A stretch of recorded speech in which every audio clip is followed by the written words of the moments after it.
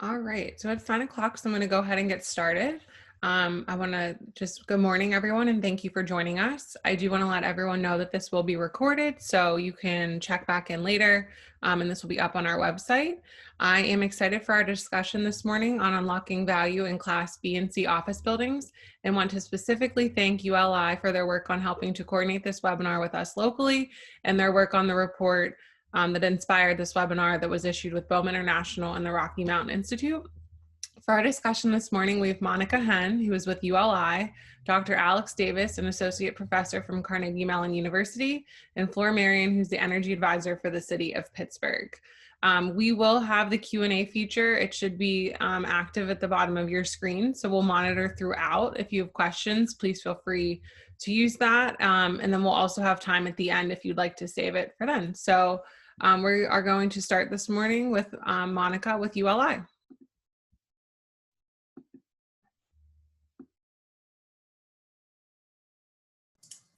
There we go.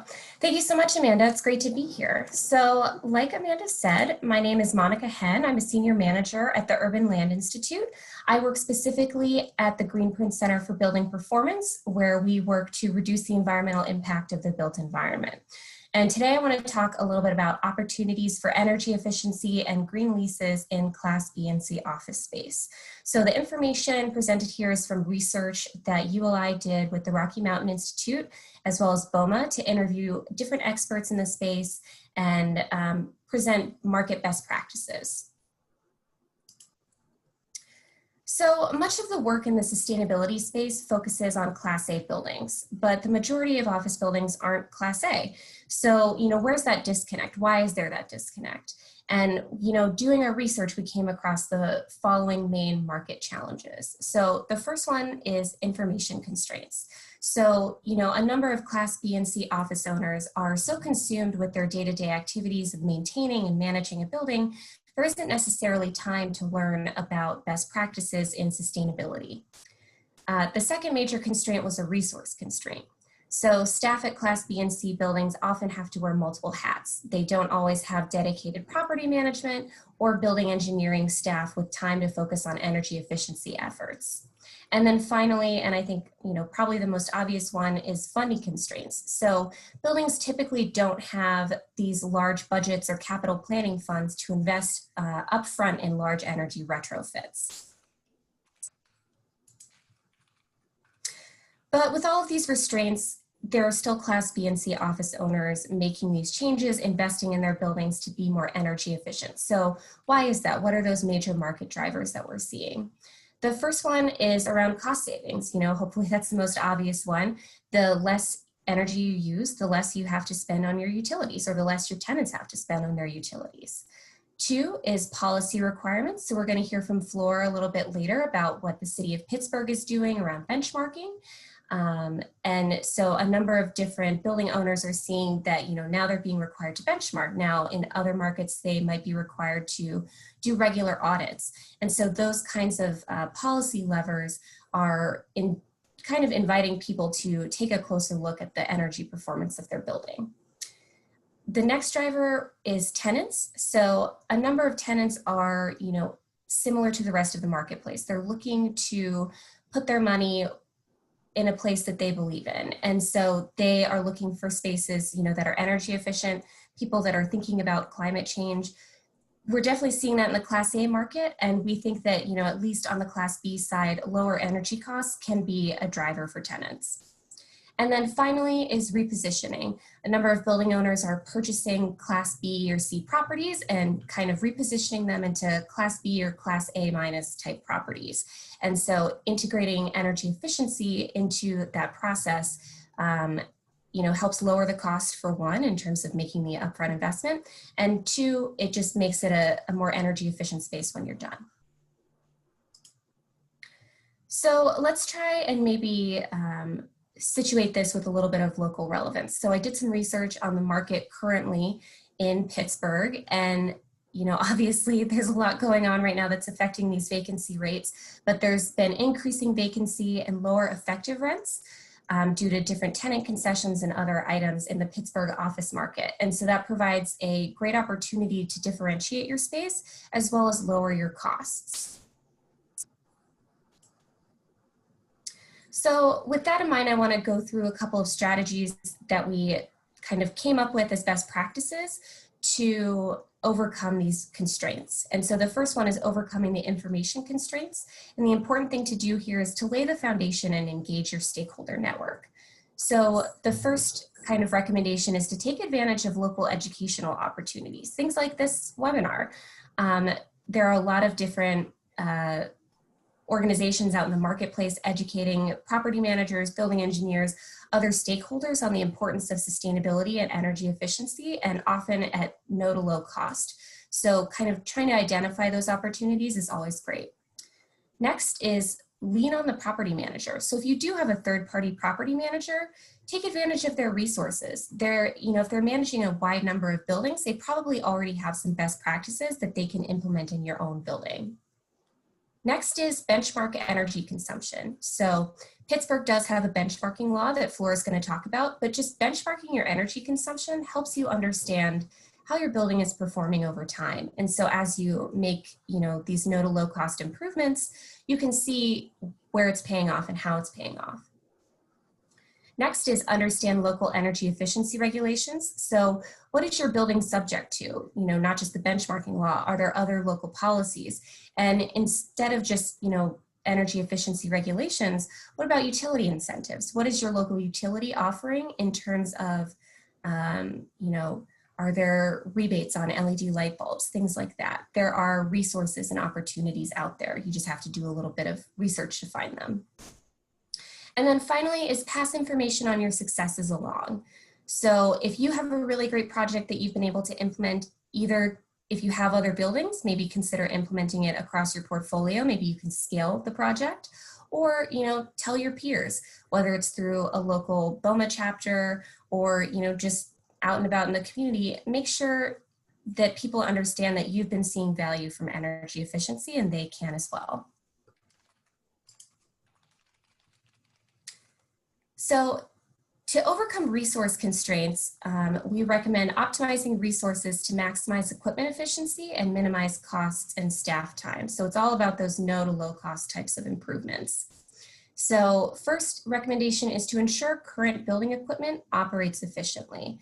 And so that can be a wide range of items, whether that's, doing nighttime walks to make sure that there aren't unnecessary lights on in your building, or the HVAC system isn't running unnecessarily when there are no tenants in the space, to, broader things to implementing actual changes. So switching out light bulbs that are traditional to LED light bulbs. Next is to conduct an audit to identify site-specific measures. So a number of utilities actually have incentives around this to finance different audits in your building. And all the audit really does is provide you recommendations that are really specific to your building. So how can you tweak, your HVAC system to make sure that it's running as efficiently and effectively as possible? And then finally, retro commission equipment to ensure everything is functioning properly. So, even if you've made the investment and you have a really high efficiency HVAC system, it isn't always going to function over time at the highest possible efficiency. And so retro commissioning just makes sure, one, that someone's coming in to upgrade or make sure it's just functioning properly, as well as hopefully expanding the lifespan of the asset itself so that you don't have to replace things so frequently. And hopefully long-term, it'll just reduce the amount of maintenance spending that you'll need to do. And then finally, overcoming funding constraints, probably one of the biggest ones, is to reduce capital costs and identify adequate funding. There's a lot of funding available for energy efficiency right now. And so we definitely encourage people to take advantage, whether that's PACE financing or different local utility incentives, city incentives, anything like that. Do some research and see what's out there. So identify strategies for financing energy efficiency projects. Next is bundling energy efficiency into broader renovations. So if you're planning to do maybe a lobby renovation in your office property, maybe think about switching out the light bulbs while you're kind of renovating. And so baking those costs into a broader renovation, one, it just makes it a very small percentage of the overall retrofit. And two, it's going to save you money over time through the lower energy costs. And similarly, consider energy efficiency in value add repositioning opportunities. It's not just going to reduce your costs, but hopefully make your tenants more comfortable long-term to make sure that all of your equipment is high efficiency and functions properly. And so if you go look through the report that we have, hopefully you will, I'll provide a link at the end.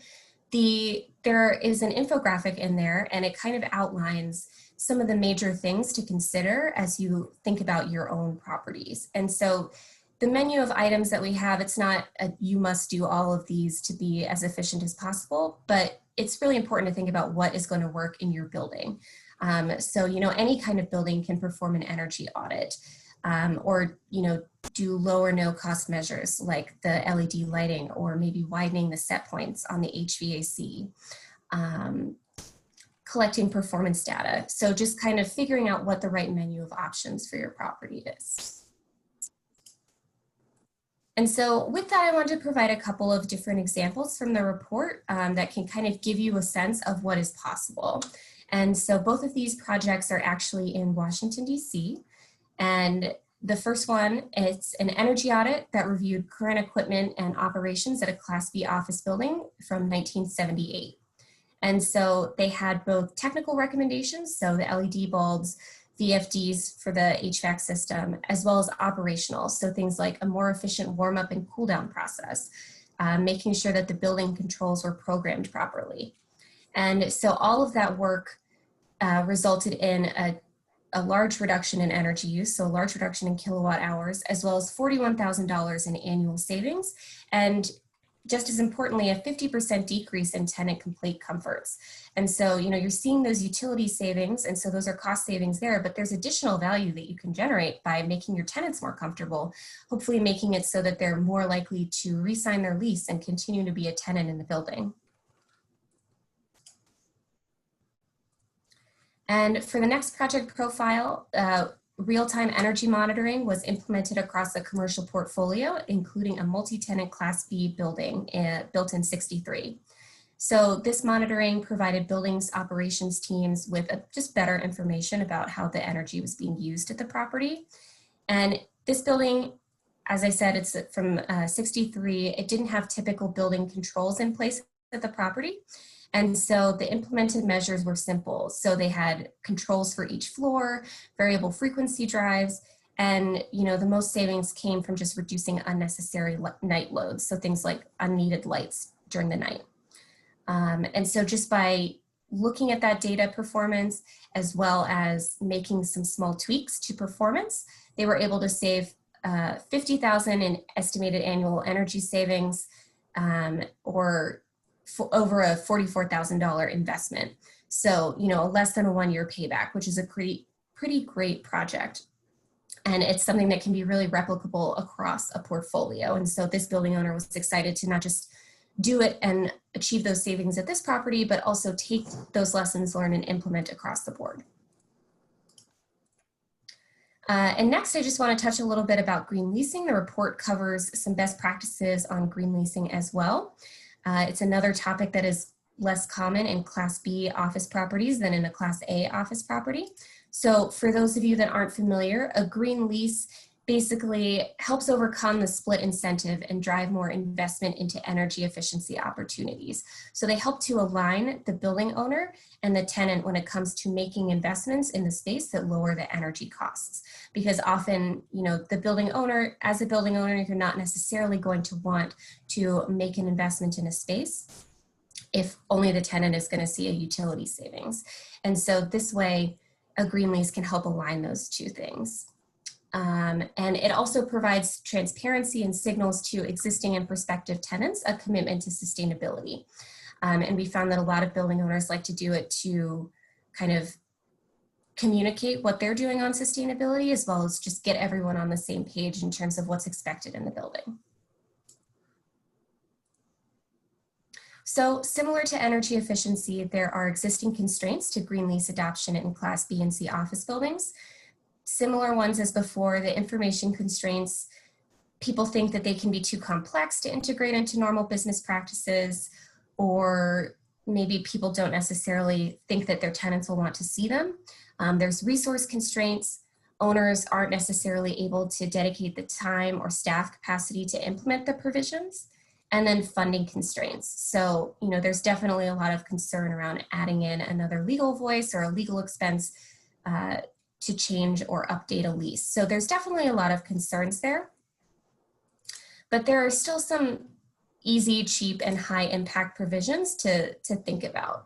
So the first one is a green lease. A number of building owners that we spoke with can help just simply document efficient operations practices.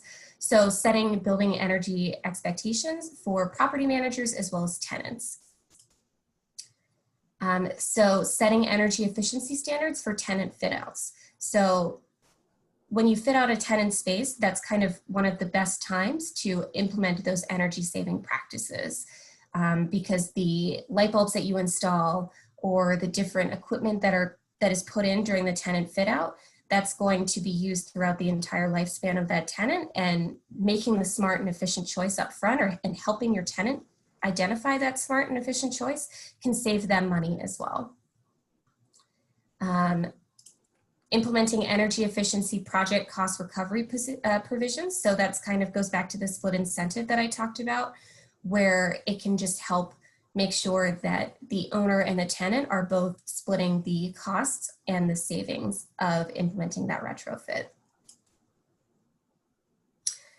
And there are a number of times that this can be integrated into a lease, but there are definitely a few main levers for when to consider a green lease. And the first one is just when signing a new tenant. It can be part of the standard form or when renewing an existing tenant. And then finally, we've heard from a number of Class B and C office owners that green leasing isn't necessarily something that they feel they can ask for from their tenants. And so another thing to consider is an MOU, or just providing that information to tenants, like a green guidebook for the building. It's not a legal clause or anything like that, but hopefully it can help educate and really just engage your tenants around this topic. We found that a lot of people really value that added touch point with the tenant in their building. And then we've also found on the opposite side that tenants are really receptive to this information because, one, hopefully it'll help them, lower their own energy costs. And two, it just helps them understand how the building owner is investing in the building that they're working in. And I think that kind of communication can be really valuable. So with that, we'll go into Q&A at the end. Please feel free to enter any questions into the Q&A box, like Amanda said. But this is the link to the report, and I'll also be providing it to Amanda so she can send it around after the webinar. So with that, I will pass things over to Alex. Thank you, Monica.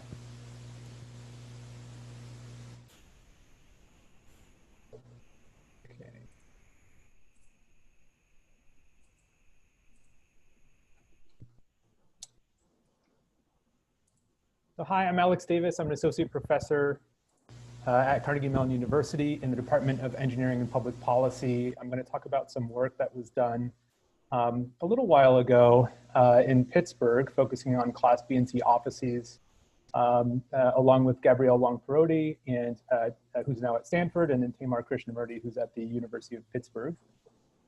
And we focused on a number of different issues related to energy efficiency investment decision making. One of the big ones was the question about financing and available capital. And so we titled this Neither a Borrower Nor a Lender Be, highlighting the fact that many of the building owners that we talked to adamantly refuse to take out even very advantageous financial terms to fund energy efficiency in their building. That was one interesting result from the study, and there are a number of other interesting ones that I'll come to now. So the first this research is publicly available, or it's published, and I'm happy to direct you to the paper if you're interested. Please just shoot me an email. This was published in 2019, and there's both the original publication, as well as the survey information that was used. All of the questions are available on the paper. Okay, so first I want to describe our perspective. So we use a decision science perspective. Decision science says we're going to look at decision making from three different perspectives. One is a normative, and the normative says, can we look at the decision problem that is faced by a particular decision maker? So how do we characterize that decision problem? And then how should a rational decision maker, if they're self-interested, how should they behave? And so this is a normative perspective. What should someone do? The descriptive perspective says, well, how do decision makers actually view the problem and how do they actually behave? And then the prescriptive perspective says, how can we improve decision making to make the prescriptive more like the normative if the normative is an appropriate characterization of the decision problem. So from a normative perspective, this is both based on background research, discussions with experts, and preliminary discussions with owners of office buildings, that there are four main concerns from the normative perspective. Uncertainty, that it's very unclear whether the costs of investing in energy and efficiency are going to be outweighed by uncertain savings that occur also in the future. Capital constraints, obviously, as was previously mentioned, building owners might not actually have enough capital available to make investments. Time discounting, so again, the costs are immediate, but the benefits are in the future, so they're both in the future and uncertain. I think someone's off mute here, Marta. And split incentives. So the benefits actually have to flow to investors and owners as opposed to just the tenants for the building owner to actually care about energy efficiency. So this can be formalized in sort of just an overall model, and this is just a very simple time discounted energy savings model. So if you take the energy savings in time period J, you sum them up over all time periods over which the energy efficiency investment is available. And then you discount that by some discount rate delta star, and then that's just the typical time preference where decision makers should prefer to have money now rather than later. And then you have delta O, which might be from additional discounting from things like uncertainty and split incentives. And so the decision maker, if those energy savings discounted summed over all future time periods, if that summation is greater than the annual cost of the investment, which might be a fixed cost per year if it's funded, for example, through some financing mechanism, again discounted over the time periods over which the decision maker has to make payments. So if the savings discounted summed over time are greater than the cost, then the decision maker should choose the investment, otherwise don't invest. And so this is the typical sort of self-interested economic normative decision framework. To follow this up, we took a descriptive perspective. We began with sort of formulating the population in Pittsburgh.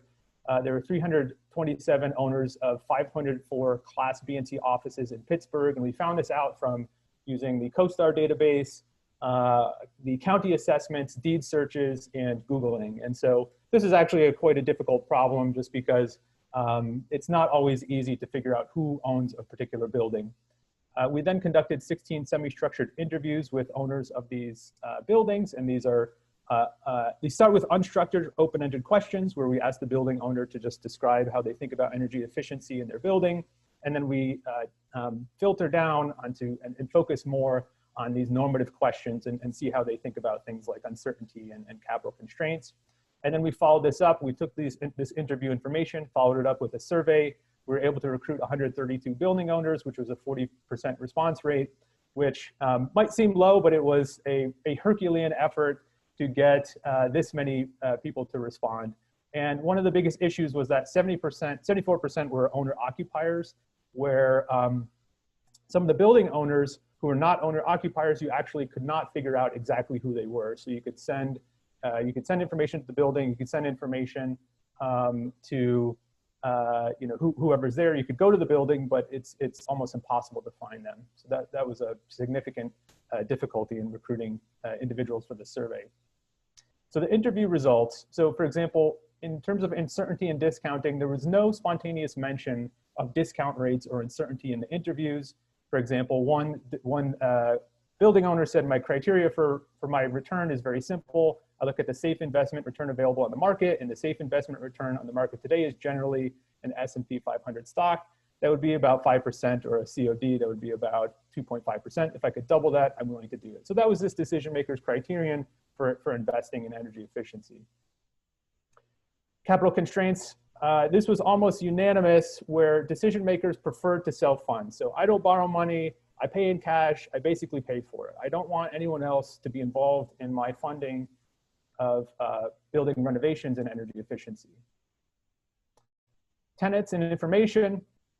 So generally, building owners were very concerned about retaining tenants, and they felt that, at least from these interviews, that if they could retain tenants, they would sort of go above and beyond to make an energy efficiency investment. And with respect to who they get information from, contractors were a key information source. This was mentioned in many of the interviews, and there's a couple excerpts here. You pretty much go with what the people are selling it to you tell you, or someone who gives you advice on that. A lot has to do with the person you're dealing with and the person he deals with. So if a guy is a Lennox dealer, you just go with a Lennox unit. And so these building owners have relationships with contractors who help manage their building. They're not a professional management service, but they're sort of people they know, and this is where they get their information. So the survey results, I'll talk about lighting choices, programs and services, capital constraints, debt and financing, and then split incentives and tenant retention. So with respect to lighting choices, we gave building owners a hypothetical lighting upgrade example. And we said, look, you could invest in option A, which is occupancy sensors. It'd be $125 per sensor. It would be $52 per year per sensor in annual energy savings. The lifetime is 14 years and time to pay back. And so this was estimated from a statewide evaluation from Pennsylvania on what these numbers would be. Or you could choose option B and there's no change. And you see that the majority of participants, 67, chose option A, the occupancy sensors, whereas a slight minority chose option B. So many of these building owners were willing to make this change if this information is provided to them. And we get a very similar result for new linear fluorescence. Again, it's actually sort of counterintuitive here. This is actually more expensive and the savings are less. Time to pay back is longer, but more decision makers were willing to make this change. Programs and services. So we said, suppose the following services could be provided to help you improve the energy of your building's lighting systems. Tell us what you think about each of them using this following rating scale from very unhelpful to very helpful, -3 to 3. We looked at energy savings comparables, so like other buildings that would be comparable, energy savings assessment, so a specific engineer looking at your building, an economic assessment focusing on cost-benefit analysis, contractor vetting, looking at potential contractors to make sure that they're good, energy tracking, seeing whether your building is performing correctly and using energy management software, a contractor scorecard, a guarantee, and this would resolve uncertainty in the improvements in terms of the energy savings, and then lease structuring, which is sort of like this green leasing idea where tenants could pay for part of the cost of the upgrade. And what we found was that the guarantee and the economic assessment were the most favorable. So many of these services were favorable, so they all have positive ratings, where negative would be seen as unhelpful and positive is helpful. But guarantee and economic assessment, resolving that uncertainty in the energy savings. Hey, if I invest this money, is it really going to pay back? So I want that guarantee. And the economic assessment, I know you say there's a lot of benefits, but what are the costs going to be, and what is the balance of that, and how does that flow over time? So those are the two most important services that they were interested in. Capital constraints. So we asked building owners, how much do you think it would cost to buy and install a new linear fluorescence lamps, ballasts, and fixtures in your entire building? And could you pay for that without getting external financing? And almost all respondents believed that they could pay. And we didn't have the ability to go in and evaluate their building and see whether their beliefs were correct, but they all believed that they had enough money to pay for this upgrade. Debt and financing. So we asked them this question, which was, imagine that you have enough money to pay the full cost of lighting improvements up front, but also have the option of making payments evenly divided across a fixed number of years. Assume there is 0% interest on the delayed payments. Which would you prefer, the full cost up front or even payments over several years? And so There's no theory of rational decision making which would say that decision makers should prefer to pay up front. All decision makers should have a positive discount rate, which means they should push costs off in the future. But here we get about a third of decision makers, slightly more than a third, saying they would prefer to pay the full cost up front rather than even payments over several years. So they really didn't want this idea of debt. They wanted to pay themselves up front. Then we asked them more about financing. So again, for each of these options, how helpful would they be in terms of improving the lighting systems in your building, self-funding, a commercial loan, a small bank loan, local government financing, utility financing, and an energy contract from an energy service company. Again, self-funding was the only strongly positive option here. So utility financing was second, and it was basically neutral, helpful or unhelpful. All the other options were seen as unhelpful. These building owners wanted to pay themselves. Finally, split incentives and tenant retention. We found no difference in willingness to invest. So we took those previous investment decisions in the two lighting options, depending on whether the owner faced a split incentive. So there wasn't a big difference, and that matched our original interviews. But we did ask, to what degree would improving a building's energy performance help retain tenants in the building? And if they believed that improving a building's energy performance would help retain tenants in the building, then they indicated that they were statistically significantly more willing to invest.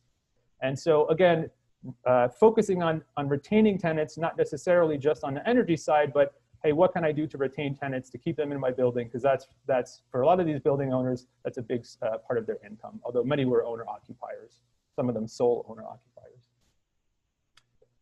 So from the prescriptive perspective, there's a big issue about reducing uncertainty in the energy savings. This could be done in a number of ways, and the other members of the panel are much more knowledgeable about this than I am, but things like financial instruments or trial periods could help make the help give some information to the building owner about, hey, will this work for my particular building? That can be effective, and provide reliable information about both the costs of the retrofits or energy efficiency upgrades, as well as the benefits. And here in engineering and public policy at Carnegie Mellon, we think about a non-persuasive communication. Can we provide the facts and uncertainties candidly? And local contractors were the most trusted source of information to get this point across. I'd like to thank everyone involved in this. So we had funding from the Richard King Mellon Foundation, the Center for Climate and Energy Decision Making at Carnegie Mellon, funded by the National Science Foundation, our phenomenal research assistants who did a lot of knocking on doors to get the survey data, as well as CoStar for sharing their database. Thank you very much for your time.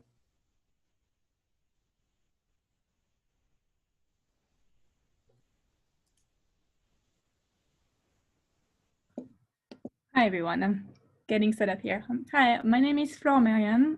Let me put it in full format. Is it coming up now? Yeah.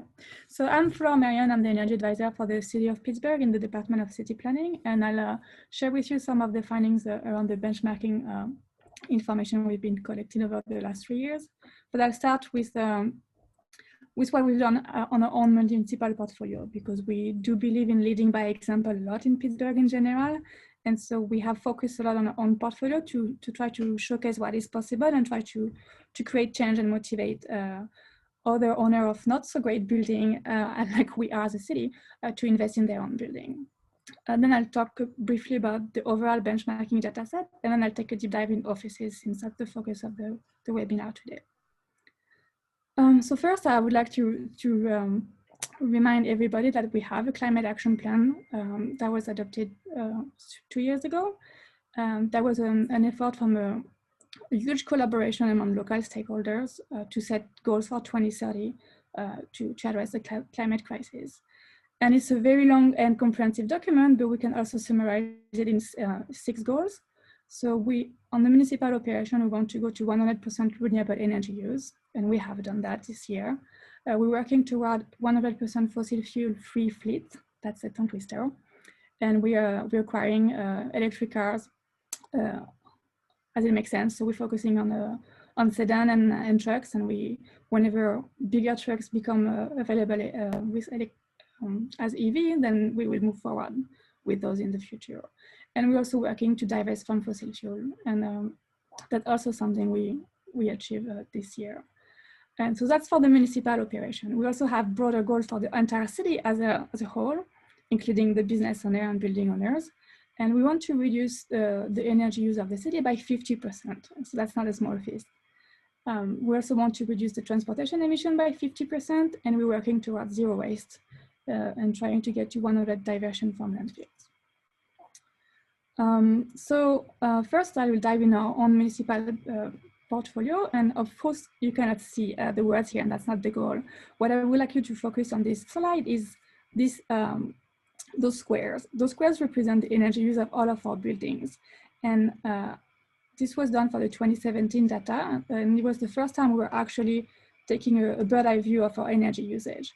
And the size of the square is telling you how much is used in each building. And so here, I'm sure you can all see this giant, large orange square on the top left corner, telling you that that building is using a lot. And so if we were to tackle that building, we would see drastic change in energy usage. And as building operator and building owner, we kind of know how much energy we're using and where it's being wasted because we pay those bills, so we have a feelings. But it's a different thing when you actually lay down your entire portfolio and try to see which one are using much more and by how much more it is. And once you have that view, it can trigger wanting to get into action to address that.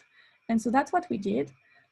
We were wondering, what can we do to align our everyday practice with ours? We have this wonderful 50% energy reduction goal, but clearly we're not great energy saver. Our energy usage are higher than other peer municipal buildings. So what should we do to change something instead of just talking?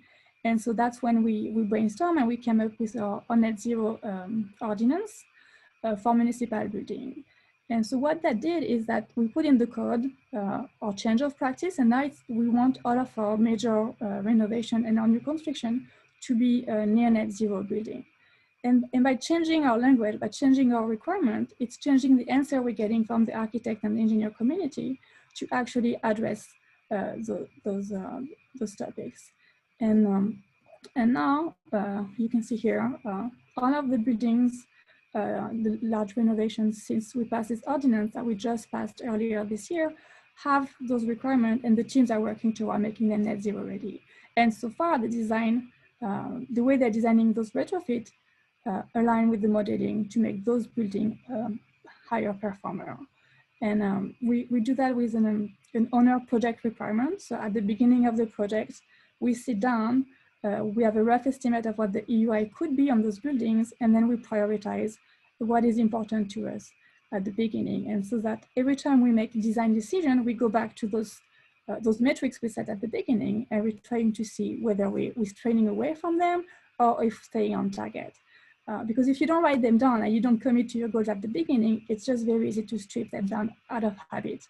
Even if your team is well-intended at the beginning, we've been designing and remodeling a certain way for so many years that it's hard to really keep the energy efficiency at the focus.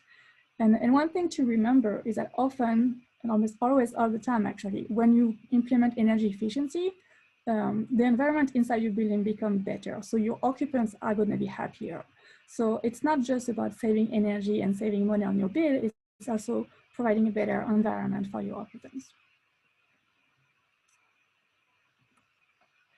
And so for the projects that are less intensive and not major renovation, we're looking into ESCOs, energy service companies. And so those, you can research more if you want to find out more about them, but basically they guarantee the savings. So you tell them roughly what you would like to do, they look at your building and they tell you what intervention they could do in your building, and they get paid from the saving here. So your utility bill before hiring them was that big. Then they do an intervention in your building, they get paid on the difference here. You still see some savings at the beginning already. And when the contract is over, then you see the entire saving. And so those are a really great tool to use if you don't have the financing capacity. One of the issues is to find the right company to hire that you can trust, because you don't want somebody that's not established and that might not perform as expected. So for that, I recommend to just go visit the GISA website from the Pennsylvania General Service Administration, because they've been using those ESCOs a lot, and so they have a list of pre-qualified, and so if the state is using them, you can be confident that they are performing as expected. And you can also talk to your local nonprofit like the Green Building Alliance, who knows lots of the local vendors and could connect you with them. So I really do encourage you to explore that because it's a great way to tackle those low-hanging fruit and not so low-hanging fruit too at the same time that Monica was mentioning at the beginning. Now I will focus on the benchmarking ordinance. Now that I convinced you that if the city can do it, almost everybody can do it. So the benchmarking ordinance was passed in 2016 and started being applied annually in 2017. And it applies to the building over 50,000 square foot that are non-residential. That includes almost everything: offices, manufacturer, brewery, hospital, you name it. We sent several notifications the first year in 2017 and in 2018. This year we only sent emails because of COVID. It was just too hard to manage the paper track.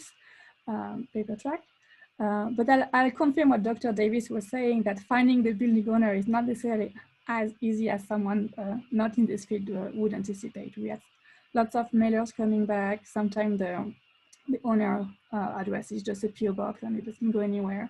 So making sure building owners are aware of this local requirement is one of the things that we're working on. So I'm hoping to continue having webinars with BOMA and ULI to keep educating the buildings that are less familiar with the requirement.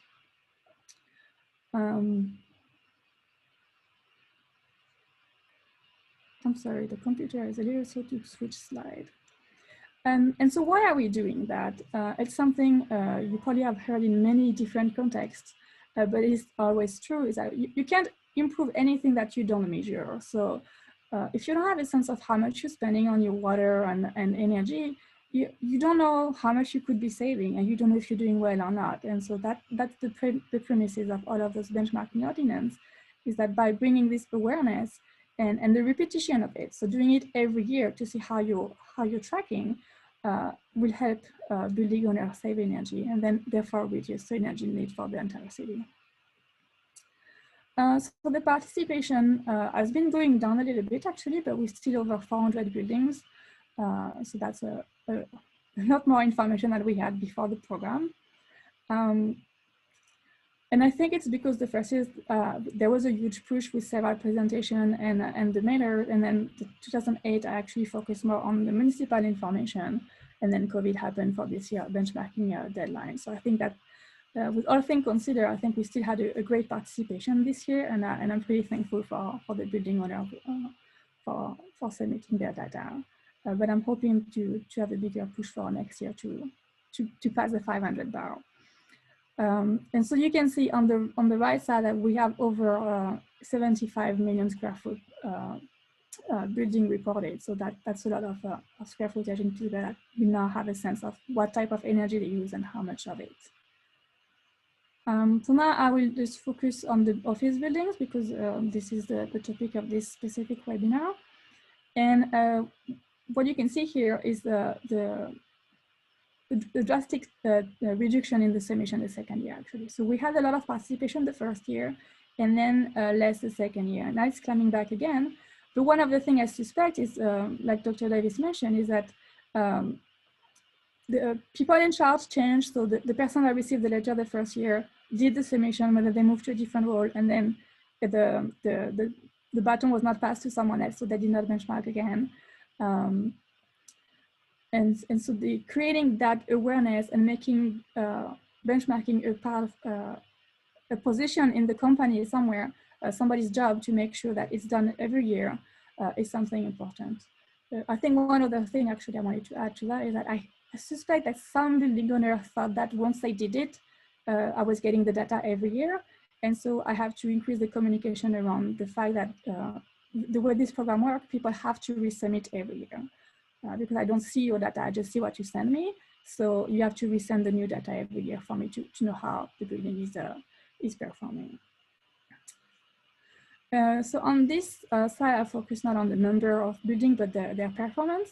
And you can see the dash dotted line is the median US office building EUI, a little bit over 50. And you can see that the median AUI in Pittsburgh is higher, it's above 80. So that means that we don't have the best building in the country, but the great silver lining here, and I want to emphasize that, is that if we're using too much energy now, that means that there's lots of low-hanging fruit and lots of opportunity for energy savings. So if building owner invest in their building in the next 1 or 2 years, they could easily see 30, 40, 50% energy reduction in their performance. And those make for great case studies. And I'm sure Amanda and Monica and myself would love to just make case studies to showcase your performance, because we really think that learning from peers is important, and trying to highlight the struggles and the benefit from investing in energy performance is going to create change locally. And the bar chart here I wanted to share is the number of buildings with an EUI over 500. And so those are clearly mistakes. And it's indicated that maybe people are not familiar with the energy metrics, and they did report their energy information to us in 2017, the first year, but they did a typo, they forgot something somewhere, and the data came to us wrong because they didn't use that much energy. So we had 11 buildings in 2017 that had wrong information. We only had 3 in 2018, and we had none in 2019. And so I think that talks to the fact that if you focus on energy and you do it every year, there's education and awareness that comes with it, and then the risk of mistakes disappear. Hence the importance of just tracking every year and making sure that you're aware of how much energy you're using. So congratulations, Pittsburgh. Like, people are getting a better handle on their data, and I'm going to continue to make sure we don't have this type of mistake in the data set in the future. And then I have one last slide. Last chart, I promise. I don't know if this is a data crowd, and I'm sorry if it was too many charts, but this is the last one. And here I wanted to highlight that even though we have been sending emails and reminder every year that people have to participate, over those 3 years, I have over 45 buildings that share the data only one of these years. Around 20 that share 2 times, and 40 that did share every year. So 40 buildings had the system in place that they did consistently report their data every year, and that often correlates with slightly better energy performance. But somehow 45 buildings did not realize they had to do it again, or the person changed, and the new person in charge didn't know about the benchmarking ordinance. So it's something that I really want to find solutions to make sure that it become a February thing. Every February, we need to collect the information to get ready to share with the city. The deadline is June 1st, so you have lots of time to submit the information, but it should become a routine in how the year progresses, that we should collect the past information, make sure it's accurate, and then do your own analysis to talk with your team and research finding our contractor to help improve the building, and then report to the city. And I would like to add that the Allegheny County is finalizing a CPACE program, which is a great financing program. The announcement should come shortly, but if you're looking for financing your energy intervention, you should get in touch with the county and try to find out more how you could leverage CPACE to improve your building. And that's it for me. I appreciate everybody's time, and I look forward to your questions. Great, thank you so much, Flor. And maybe if we can get Alex, yep, and Amanda back on video, and then Flor, if you want to stop the screen share, then maybe we can just do a video conversation. I think that sounds great. Perfect. So I can go ahead and maybe go through a couple of questions, but if any of our attendees have any questions, please go ahead and enter them. Q&A box preferably, but chat box if you would like, up to you guys. But as, maybe people think about their questions, I wanted to kick things off with, the main topic of the year, it feels like, is COVID. So, Flor, maybe we'll start with you. How have things changed at all, or if at all, in the city's plans for energy efficiency when thinking about COVID? So we actually, before COVID, we were looking into involving in demand response So I think that we created a program for demand response, which is when there's high energy demand on the grid asks large building owner to reduce their energy load to reduce the strain on the grid. And we own a couple of large buildings, so we had put a plan in place to do that. But there was always stress about momentum because we have old buildings. So how much can we really change? Do we need to send people to the different offices? Like, it's a lot of people in an old building. And COVID gave us this freedom that there was less people in the building. So there was less stress about people being less comfortable. So that triggered more confidence in doing demand response. And so it gave us an easier test, I guess, this summer. And we're also, we're preparing the winter strategy. We're trying to think about all of those microwave and little fridges in the different departments. All of those vampire load that might still be running. We're trying to develop a plan to try to make sure nothing is running if there's nobody in the building. So some of our departments are operating, but others are working from home. So we need to make sure to still have a comfortable environment for the people that are in the building. We want to make sure to go back and turn off everything we can where we can. And we have an old building, so it's not like we can log in and just like switch the sensor around. We will get there because we're looking at this type of building automation system. But right now we're just trying to like sit down, okay, what is a reasonable approach we can do to reduce this energy usage? And quite frankly, I have seen so many of the pictures of Pittsburgh by night, and I see those lines. Some floors are perfectly black inside of our most famous building, and then this is one floor that's completely lit up. And I'm like, who is the tenant on the floor? Can I email them to make sure that there is a reason for the light being there? But also with the stress of COVID, I can't just blast an email to everyone and tell them you have to turn on your energy because maybe they can't and all of that. So if there's one thing I would like people to remember is like, try to have a strategy because we're working from home where we can until March. I don't think COVID is stopping anytime soon. So have a plan in place in winter so that your building doesn't freeze, but make sure you're saving energy on your bills right there. Absolutely, yeah. There's no point in paying for, appliances or energy being used if you don't necessarily have tenants in the space. That's been a big challenge, I think, across the board this year. And Alex, from your perspective, maybe I know your research was obviously done pre-COVID, but based on your conversations with the building owners, do you think that in a time like this, owners would be more or less interested in financing opportunities or energy efficiency, et cetera? That's a great question. Yeah, I'm not sure I can answer that. I'm guessing the commercial office market is very tough right now. I mean, maybe others can speak to this, but I'm assuming that retaining tenants is a very serious issue, a much bigger issue than it was before. I think energy efficiency can help, but I think it's going to be washed out by some of the much more severe market issues that are going to be present. So yeah, it's such a different universe than what we expected even a year ago, definitely not several years ago, that and people's individual decision making and how people think about public decision making. I think we've learned a lot during the sort of COVID experience, and I think that it's extremely unpredictable, right? So I hesitate to, without actually going and doing some measurements, I really am unsure about how people are responding. If others know about how individuals in the market, particularly building owners, have responded to this situation, I'd be very interested.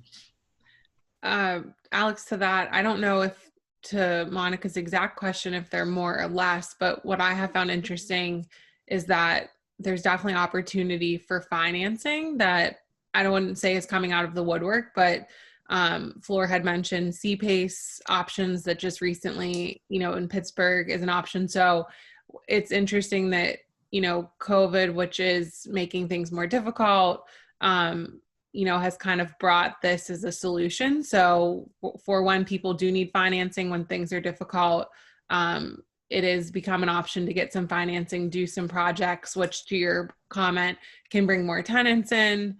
you know, and also provide some cost savings. So that's been, I think, a positive that there are these financing options that people can implement during this difficult time in their properties and hopefully help them in a post-COVID environment as well.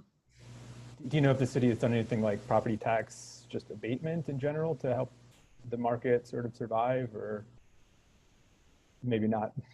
I don't know of anything specifically with that, but what I have, like I said, a lot of different providers have come out and similar to these conversations that there's a lot of projects you can do in your building to help you get some financing and kind of push through this difficult time. So I know that particularly like hotels, which were hit really hard, could use CPACE. And I wouldn't say creative in a bad way, but it's like a really creative way to help businesses, but then also is a green option for buildings.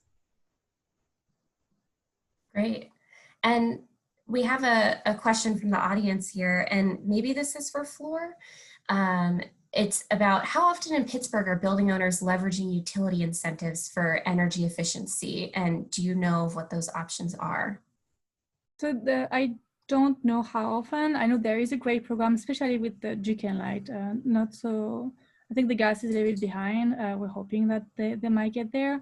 But GCAN has a lot of options from just liable for homeowner, but also more complicated, more like commercial size retrofits. So I do encourage you to reach out to their customer service because they have a team working on that. And they are eager to help reduce the energy load in Pittsburgh. They don't produce energy, so their market is not to make you use more. So DKNI is a great resource for that. And they're also working a lot on the EV space too. So maybe you can bundle installing EV charger in the facility with other intervention. So I do encourage reaching out to them. And I can give the email to Amanda and she can circulate to the people, to the audience. There's also quite a few different vendors. We have some pre-recorded webinars that, you know, when I share all the links, you wouldn't need to watch all of them, but there's contact information with companies that can help you walk through those. Like how Flora mentioned, they can be a little bit more difficult for a building to kind of take advantage of these rebates, but there are some vendors within the BOMA network that you can reach out to and they can help you work through that process. Awesome. And so kind of thinking about the local Pittsburgh contractor and service provider community.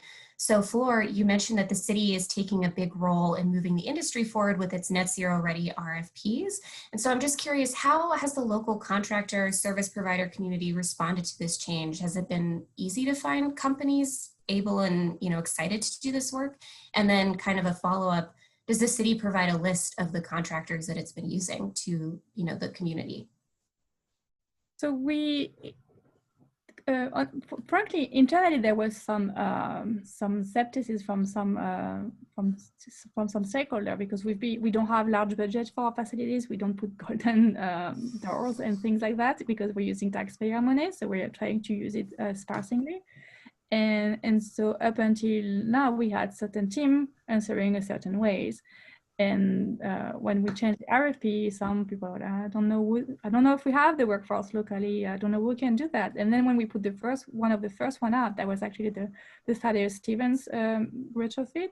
And we had 80 people at the site visit representing, I think 15 teams or something like that. It was huge.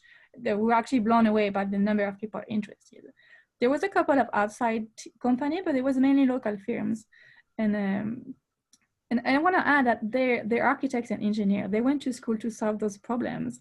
And so if you challenge them, it's going to take a little bit more time for them maybe to solve your problem, but it will be customized to your building. And actually, instead of taking a solution they did somewhere and applying to your building and moving on to someone else already, they would actually invest some time and brain power to try to find the right solution. And I think there is a part of the community that's exciting to take on those challenges because it's fun to just solve some problems and customize solutions. So don't be afraid to ask the community because we have local architects and engineers that can solve those issues, and they're not more expensive than the others. we need to break down that perception that it's more expensive to do green. If you prioritize it at the beginning of your project, it is not more expensive. It just makes you design a better building with a different approach to it, but it's still going to be a very beautiful and comfortable buildings for the same cost. Amazing.